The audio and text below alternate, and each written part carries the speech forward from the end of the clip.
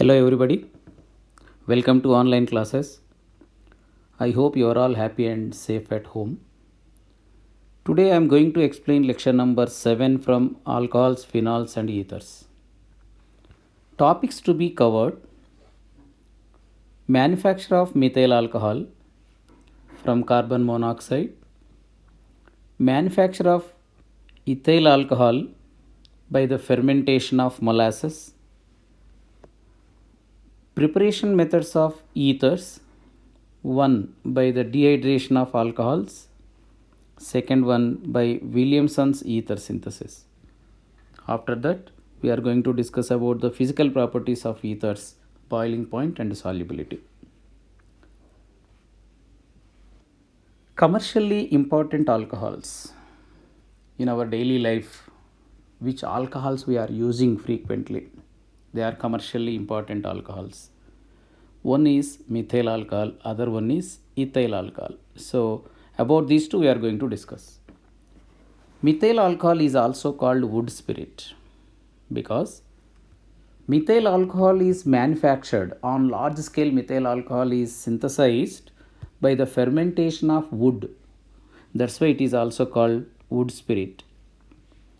Methyl alcohol is prepared by the reduction of carbon monoxide in the presence of zinc oxide and chromium oxide. As mixture of zinc oxide and chromium oxide used as a catalyst for the manufacture of methyl alcohol from carbon monoxide and hydrogen. So methyl alcohol is prepared by the reaction of carbon monoxide with hydrogen in the presence of mixture of two oxides, zinc oxide and chromic oxide, at high pressure 200 to 300 atmosphere and a high temperature around 650 Kelvin temperature. So under these drastic conditions, carbon monoxide undergoes reduction due to addition of hydrogen in the presence of catalyst to give methyl alcohol. So this is the one of the best methods for the manufacture of methyl alcohol. Uses and effects, adverse effects of methanol. Methanol is used as a solvent for paints, varnishes and for making formaldehyde. It is highly poisonous. So when methyl alcohol is consumed by human beings, that can affect optic nerves. That's why in some industries where ethyl alcohol is used, to avoid the usage of ethyl alcohol by workers, industrialist can add methyl alcohol to the ethyl alcohol. If a person consumes the mixture of methyl alcohol and ethyl alcohol, eyes will be affected, optic nerves will be damaged by methyl alcohol. That's why workers should have awareness about the presence of methyl alcohol along with ethyl alcohol. If they know this thing, they can't drink the ethyl alcohol in the industries. So if large amount of methyl alcohol is consumed by a person, even that leads to death also. Another very important, commercial important alcohol is ethanol, ethyl alcohol. It is also called spirit, grain alcohol, since it is obtained by the fermentation of grains. 95.5% ethanol is also called rectified spirit. 100% ethanol is called absolute spirit. So preparation of rectified spirit. Commercially, ethyl alcohol is prepared on large scale by the fermentation of molasses. What is molasses? Molasses is mother liquor obtained after the extraction of possible amounts of sugar crystals from sugarcane juice. In that sugarcane juice, still in that molasses, still around 40% of sugar is present. So instead of wasting that molasses, scientists they developed a method, fermentation method, by which we can prepare the most useful compound ethyl alcohol from waste material molasses. So the process of preparation of ethyl alcohol from molasses is fermentation.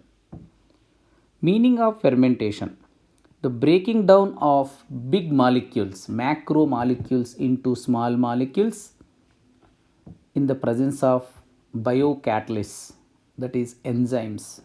The process of breaking down of big molecules into small molecules by the usage of enzymes is called fermentation. Molasses is diluted by adding water. To this, yeast cells are added. They can produce invertase, zymase, two types of enzymes. So first, molasses is collected in fermentation tank.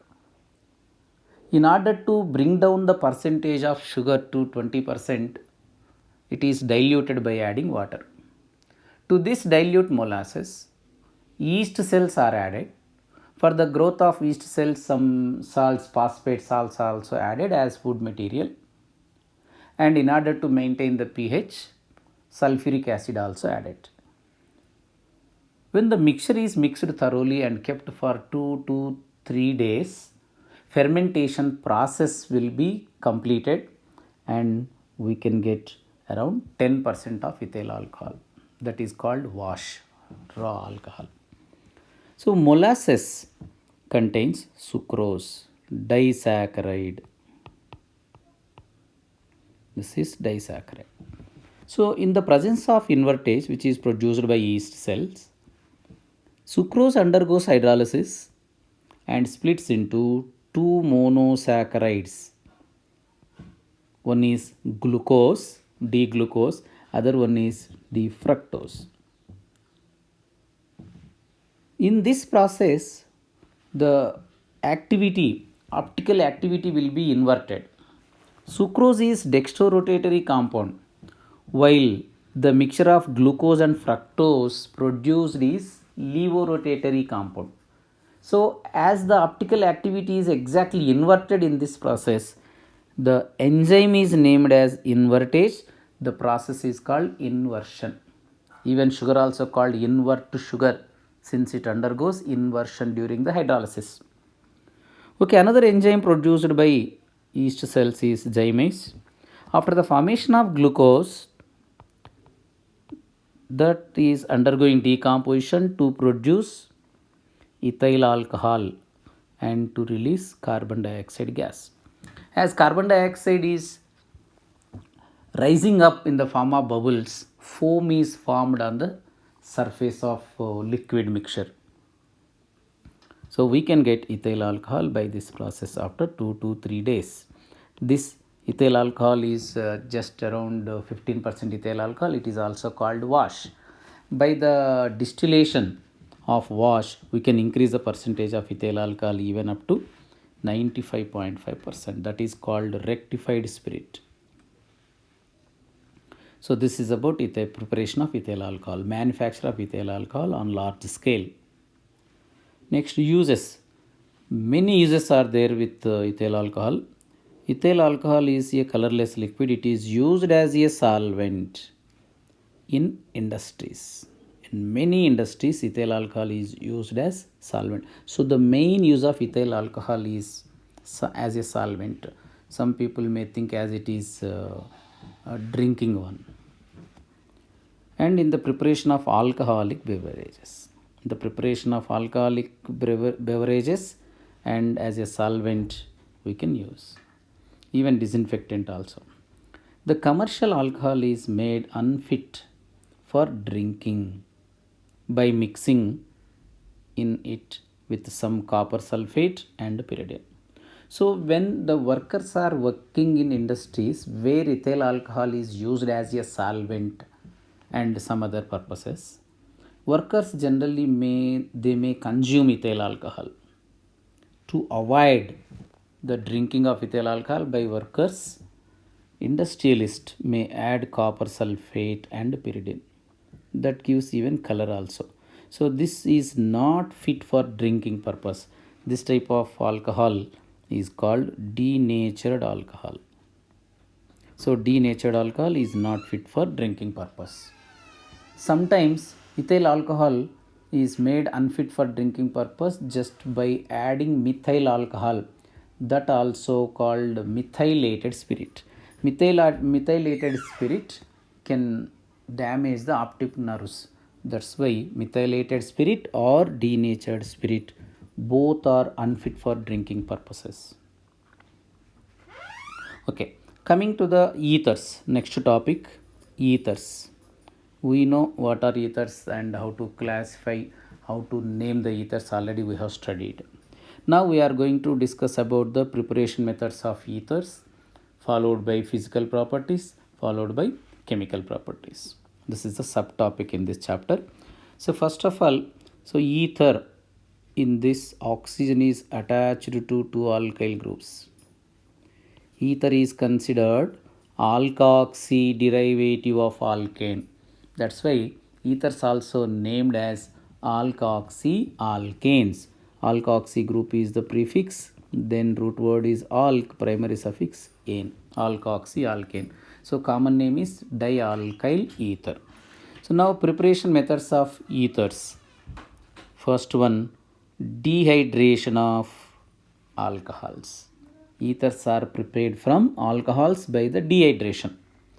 When alcohol is subjected to dehydration in the presence of concentrated sulfuric acid or H3PO4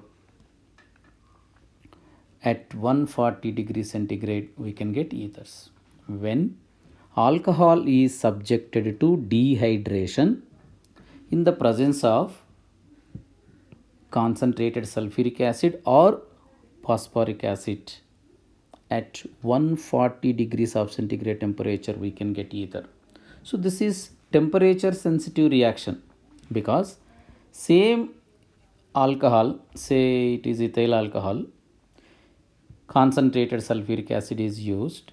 If the temperature is maintained 170 degrees of centigrade or 443 Kelvin, we can get alkene, ethylene by the dehydration process. Instead of maintaining 443 Kelvin, if it is 413 Kelvin, 140 degrees of centigrade, again dehydration takes place, but from two molecules of ethyl alcohol. Due to dehydration, two molecules get connected, they are converted into ethers. So when we want to prepare ethylene from ethyl alcohol by the dehydration process, temperature should be 443 Kelvin. When we want to prepare ether from alcohol by the dehydration with concentrated H2SO4, temperature must be maintained 413 Kelvin. I hope it is clear. Otherwise, you observe what is happening during the hydrolysis, during the dehydration. This is ethyl alcohol. When it is treated with concentrated H2SO4 at 443 Kelvin temperature, from alpha carbon OH minus is removed, from beta carbon H plus is removed. Both are removed in the form of H2O. That's why the process is called dehydration. Between those two carbons, double bond is created. That is nothing but alkene. If the temperature is different, dehydration from one molecule is not possible. So here this is elimination process. If the temperature is not sufficient, if it is 413 Kelvin, instead of elimination, substitution reaction takes place. So how it happens, you observe, ethyl alcohol, two molecules are now participated. Substitution reaction is preferred. Same concentrated sulfuric acid, but 413 Kelvin temperature now. At this time also, dehydration takes place. H2O molecule is removed, but not from one molecule of ethyl alcohol. It is from two molecules of ethyl alcohol. So those two get combined. CH3, CH2 combines with OCH2CH3, these two forming ether. So during the preparation of ethyl alcohol, that is elimination process. During the preparation of ether, that leads to substitution reaction. Next, mechanism. This reaction, since this is nucleophilic substitution reaction, it follows SN2 mechanism. We know already, we have studied in alkyl halides chapter. Bimolecular nucleophilic substitution reaction is SN2 reaction. This is happened in 3 steps. Step 1, the alcohol gets protonated to form protonated alcohol. First step, protonation of alcohol. Protonation is nothing but the process in which proton, H plus is also called proton. Remember, H plus is also called proton. The process in which H plus is added to the substrate molecule is called protonation. After the protonation, we can get protonated alcohol. Here, oxygen, through its lone pair, it takes H plus, and then it becomes OH2 plus. This is called oxonium. Oxonium ion is produced. This is protonated ethyl alcohol.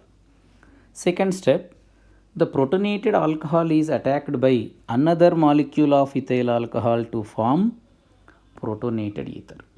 So after the formation of protonated alcohol, what happens? Whatever the carbon holding O plus is getting more and more magnitude of positive charge. So when compared with neutral oxygen, positively oxygen is more electronegative. Positive ion is more electronegative than neutral atom. Neutral atom is more electronegative than negatively charged ion. So O plus is more and more electronegative when compared with O. That's why this bond is getting more polarity when compared with normal CO bond.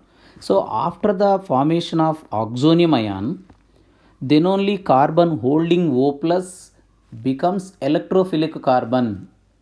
It is being attacked by another nucleophile. Oxygen of another ethyl alcohol molecule acts as a nucleophile because of the lone pair. So another molecule of ethyl alcohol comes and attacks at electrophilic carbon. O plus, since it is highly electronegative, immediately it takes CO bond pair and comes out in the form of H2O. So this is another driving force. Since there is a chance for the formation of stable molecule of H2O, CO bond now undergoes heterolytic cleavage easily. So we can get ether with one H plus at oxygen. This is called protonated ether. Since proton H plus is attached to the ether, protonated ether is obtained. After the attack of lone pair, the oxygen still it is having hydrogen. Oxygen is forming totally 3 bonds. That's why oxygen gets 1 unit formal charge. Step 3. The protonated ether loses a proton to form ether. Since O plus is highly electronegative, it cannot survive with positive charge. That's why, since it is more and more electronegative, simply it takes electron pair from OH bond. Then the deprotonation takes place, producing ether. So acid catalyzed dehydration to get ethers gives best yield with alcohols having primary alkyl groups. So there is one limitation. If it is having alcohol is having primary alcoholic group, then only it undergoes SN2 mechanism easily. If it is 3-degree alcohol, what happens? There is a chance for the elimination reaction. So if the alcohol given is 2-degree or 3-degree alcohol, along with the substitution to give ether, elimination chances are also there for the formation of alkene. So then we can get the mixture of alkene and ether. So to avoid that one, we have to take primary alcohol only to prepare ethers. Williamson's synthesis. This is very important for examination point of view also. Second method by Williamson's ether synthesis.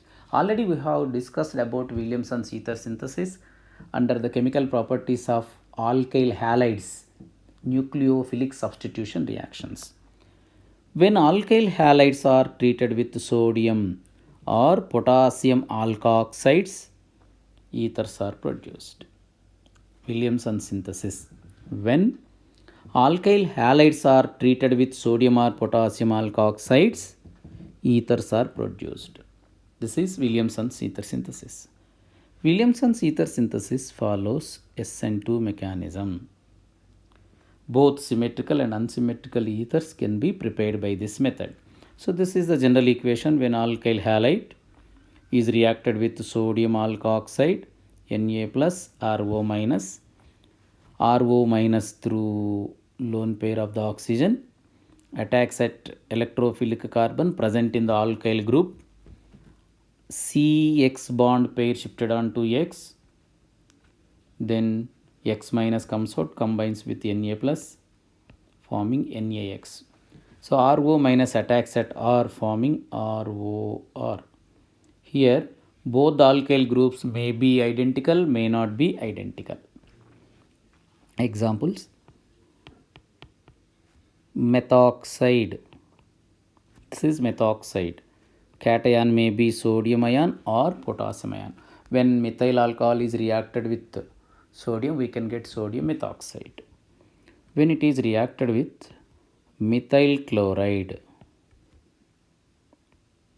the carbon which is bearing chlorine gets partial positive charge.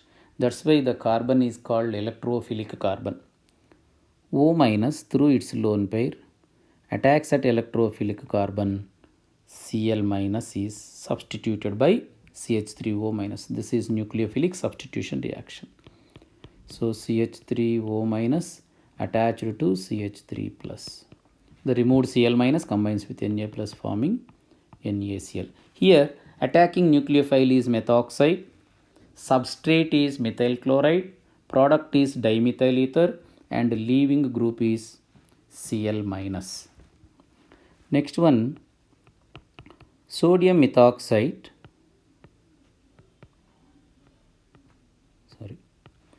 Sodium methoxide plus ethyl chloride or ethyl bromide. Carbon which is holding bromine gets positive charge, partial. So now negatively charged methoxide attacks at electrophilic carbon. Br minus is substituted. CH3O minus combines with CH2, CH3. So we can get mixed ether, methyl ethyl ether or methoxyethane.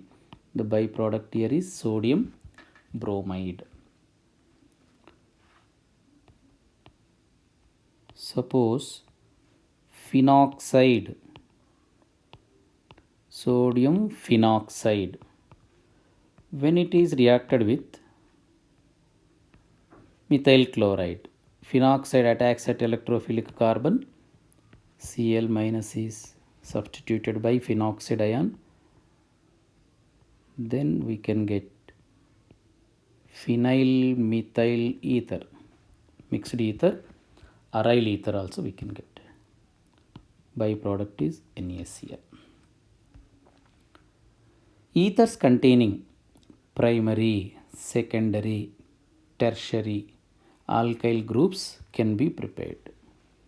So around oxygen, alkyl groups may be 1 degree alkyl group, 2 degree alkyl group, even 3 degree alkyl group. Such type of any type of ether can be prepared. So mixed ethers also can be prepared by this method. The alkyl halide used must be primary to have a good yield. So there is one limitation in Williamson synthesis. Alkyl halide, alkoxide may be anything. Tertiary butoxide you may take, isopropoxide you may take, phenoxide you may take, but alkyl halide should not be tertiary alkyl halide, should not be secondary alkyl halide, should not be aryl halide, should not be vinyl halide. So this is the main drawback. Aryl halides, vinyl halides, they do not undergo this type of reaction to give ethers, because we know the bond present between carbon and halogen in aryl halide is having partial double bond character. So because of the partial double bond character, aryl halides and vinyl halides do not undergo SN reactions. That's why to prepare ethers, we should not take aryl halides and vinyl halides. At the same time, tertiary alkyl halides also we should not take. The reason, if tertiary alkyl halides are taken along with the substitution, elimination reaction also takes place forming alkene. So to get a ether, you remember alkyl halide must be primary alkyl halide to get more yield. So example, we want to prepare methyl tertiary butyl ether. This is the target. How to prepare? So there are two paths. Path 1. One should be alkoxide, other one should be alkyl halide.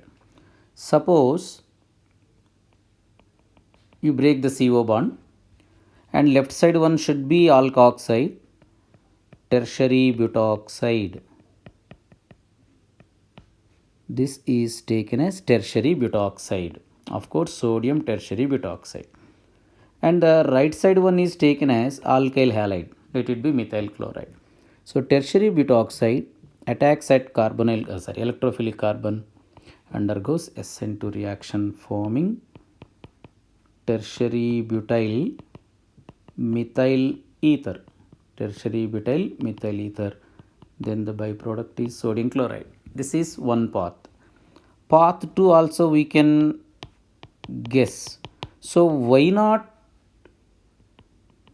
methoxide, sodium methoxide, and tertiary butyl chloride we can take. So let us take methoxide as attacking nucleophile. Now you break the bond present between tertiary carbon and oxygen. Tertiary carbon converted into alkyl halide. Tertiary butyl chloride is taken. Now methoxide is attacking nucleophile, attacks at electrophilic carbon, Cl minus is eliminated. That we are expecting. But around this carbon, steric hindrance is more because of 3 methyl bulky groups. So attack of methoxide is very difficult at electrophilic carbon due to high steric hindrance. So instead of attacking at electrophilic carbon, methoxide prefers to abstract acidic hydrogen from beta carbon. So when it takes H plus from beta carbon, CH bond pair is dropped between two carbons, alpha and beta carbons. Now alpha carbon pushes electron pair onto chlorine. Instead of tertiary butyl methyl ether, now we are getting double bond between alpha and beta carbons. I hope you are understanding. Cl minus is removed. Methoxide takes H plus forming methyl alcohol, and then Cl minus combines with Na plus forming NaCl. So along with the tertiary butyl methyl ether, we are getting more amount of isobutene. Elimination reaction takes place. So that's why alkoxide may be anything like tertiary butoxide, secondary butoxide, phenoxide. Alkoxide may be anything, but alkyl halide Rx should be 1 degree alkyl halide. If alkyl halide is 3 degree alkyl halide, just now we observed elimination reaction takes place. So this is the drawbacks of Williamson synthesis. At the same time, aryl halides should not be taken. Let us take chlorobenzene. Between chlorine and carbon, partial double bond character is developed. Already we studied this one. So the breaking of this bond is difficult. So in order to prepare aryl alkyl ether, we should not take aryl halide. We have to take phenoxide. So this is very, very difficult. So tertiary butoxide, when it is attacking at methyl bromide, we can get tertiary butyl methyl ether. This is the correct method of preparation of ether containing tertiary alkyl group. If tertiary alkyl halide is taken, this is the reaction taking place. Instead of attacking at electrophilic carbon, O minus abstracts H plus from beta carbon, producing alkene. Next, aryl ethers. Alkyl aryl ethers, when we want to prepare, alkyl halide should be reacted with phenoxide.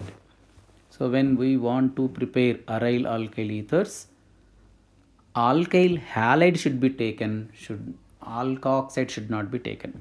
So aryl halide and sodium or potassium alkoxide will not form ethers, as aryl halides are least reactive towards SN reaction, because breaking of the CCl bond is very difficult in aryl halides.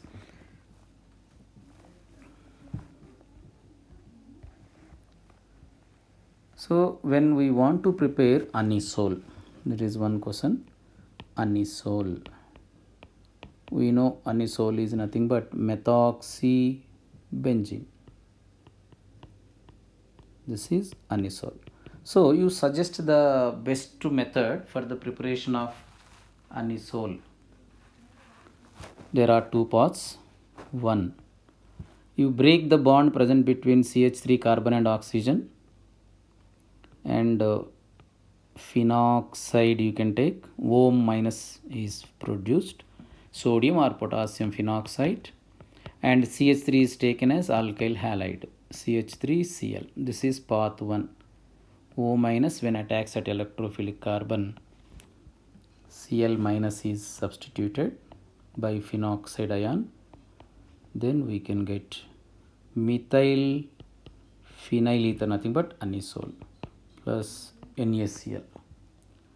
There is another path we can expect. Why can't we break the bond present between phenyl group and oxygen? If you break the bond present between phenyl group and oxygen, methoxide ion. So oxygen comes along with carbon of the methyl group, that's why it becomes methoxide. Let it be sodium methoxide salt. Then phenyl group is converted into aryl halide. This is aryl halide. We know aryl halides do not undergo SN reactions under normal conditions. We have to create either drastic conditions, or we have to keep electron withdrawing groups at ortho and para positions. Then only aryl halide undergoes SN reaction. Reasons, we discussed 4 reasons why aryl halides do not undergo SN reactions as easily as alkyl halides. So because of the double bond character, partial double bond character between carbon and halogen, breaking of that bond is difficult. So this method is not preferable. It won't give anisole. Even though anisole is obtained, the yield is very, very less. So that is the best method. Aryl halides should not be used. Similarly, vinyl halides also should not be used in this reaction, because vinyl halide also same thing, undergoes resonance structures. That's why the bond present between carbon, vinylic carbon and halogen also partial double bond character. It is having partial double bond character. Breaking of this bond is difficult. So alkoxide cannot break the CX bond in vinyl halides. So these two are drawbacks of Williamson synthesis. Physical properties of ethers. Especially we are going to discuss boiling points and solubility. We know boiling point is depending on the intermolecular forces of attraction. intermolecular forces, if hydrogen bonds are there, that compound can have highest boiling point.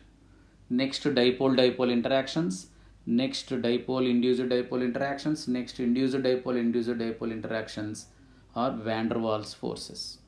So van der Waals forces depend on the surface area of the molecule. Surface area depends on the molecular mass. So when molecular mass increases, surface area increases, van der Waals forces will become strong, intermolecular forces will become strong, and boiling point will be increased. So alcohols, since they are forming associated alcohols, molecular association takes place due to the formation of intermolecular hydrogen bonding. Intermolecular hydrogen bonding, alcohols can have higher boiling point than ethers. So we are comparing the boiling point of alcohols, ethers, and alkanes of almost same molecular mass. Alcohols have highest boiling point since intermolecular hydrogen bonds are present between alcohol molecules. Molecular association takes place. Between two ether molecules, there is no question of intermolecular hydrogen bonding because OH is not present. For the formation of intermolecular hydrogen bonding, you remember three types of bonds compulsory, either OH bond, NH bond, or FH bond. So these three hydrogens only can involve in the formation of intermolecular hydrogen bond. In ether, oxygen is there, but H is not attached to O. That's why ethers do not form intermolecular hydrogen bonding. So ethers are more volatile when compared with alcohols due to less boiling point. When we want to compare ethers and alkanes, almost same but slightly, as the polarity of the ethers is more when compared with alkanes. So when we compare the boiling point of alkanes and ethers of almost equal molecular mass, ethers can have slightly more boiling point when compared with alkanes. But when we compare alcohols and ethers of almost same molecular weight, huge difference in boiling point we can observe. Here 390 Kelvin, here only 307 Kelvin. The reason in alcohols, intermolecular hydrogen bonds are developed. Next, solubility. We know like dissolves like. Ionic compounds are preferred to dissolve in polar solvents like water. Whereas organic compounds, covalent compounds, are soluble in non-polar solvents like carbon tetrachloride, benzene. Ethers, no doubt, they are organic compounds, covalent compounds. We can expect as they are soluble in non-polar solvents. No doubt they are soluble. They are highly soluble in non-polar solvents. At the same time, ethers also slightly miscible with water. Even though ethers are organic compounds, even though water is polar solvent, ethers are slightly, partially soluble in water. The reason, the oxygen which is present in ether can form hydrogen bond with water molecules. So when ethers are added to water, what happens? The intermolecular hydrogen bonds already present between water molecules are damaged and ether starts forming intermolecular hydrogen bond with H of the H2O. So that's why ether molecules partially miscible with water. As the molecular mass increases, the miscibility decreases. So if you take CH3O, CH3, CH3, CH2O, CH3, CH3. So both are ethers, but both are not equally soluble in water. First one is more soluble in water when compared with second one, because here the alkyl group is hydrophobic while oxygen is hydrophilic. Ether has two ends.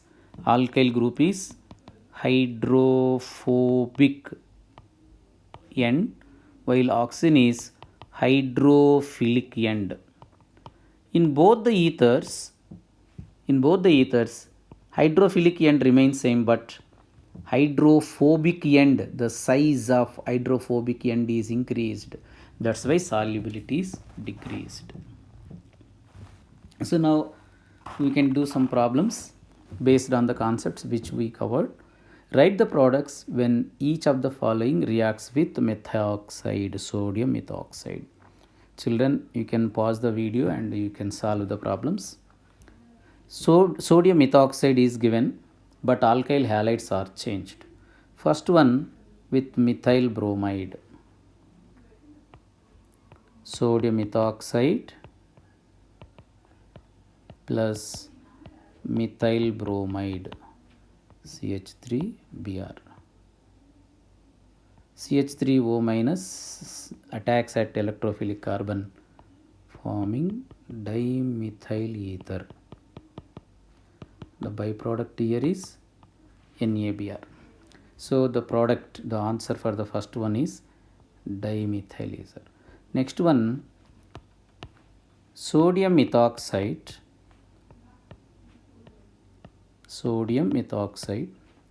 and ethyl bromide, CH3CH2Br.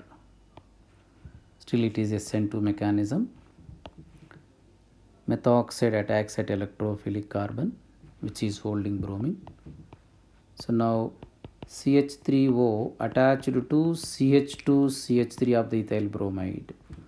We can get mixed ether, methyl ethyl ether, plus byproduct is NaBr. Third one, tertiary butyl bromide. Sodium methoxide with the tertiary butyl bromide. Already I explained this one, of course. In tertiary butyl bromide, carbon which is bearing bromine is highly steric hindered. This carbon, of course, electrophilic carbon, but it is more sterically hindered carbon, since three bulky groups are present around the electrophilic carbon. So methoxide prefers to abstract H plus from beta carbon. Instead of going inside and attacking at electrophilic carbon, it abstracts H plus and CH bond pair is dropped between alpha and beta carbons. Alpha carbon pushes electron pair onto bromine. Then we can get double bond between alpha and beta carbons. So the product obtained is isobutene. CH3O minus takes H plus forming methyl alcohol, and Br minus combines with Na plus forming NaBr. So instead of ether, we can get isobutene. These are the answers. So what did we learn? Today we have learnt about the preparation methods of methyl alcohol from carbon monoxide and manufacture of ethyl alcohol by the fermentation of molasses. And then we have started ethers subtopic. Preparation methods, two methods of preparation of ethers we have discussed. One is by the dehydration of alcohols by using H2SO4 at 413 Kelvin, and second one, the important one, Williamson's ether synthesis. Finally, we have covered physical properties of ethers. So homework questions. There are 15 homework questions. So this lecture is very, very important. I hope you people can do all homework questions. Okay, with this I wanted to conclude. All the best.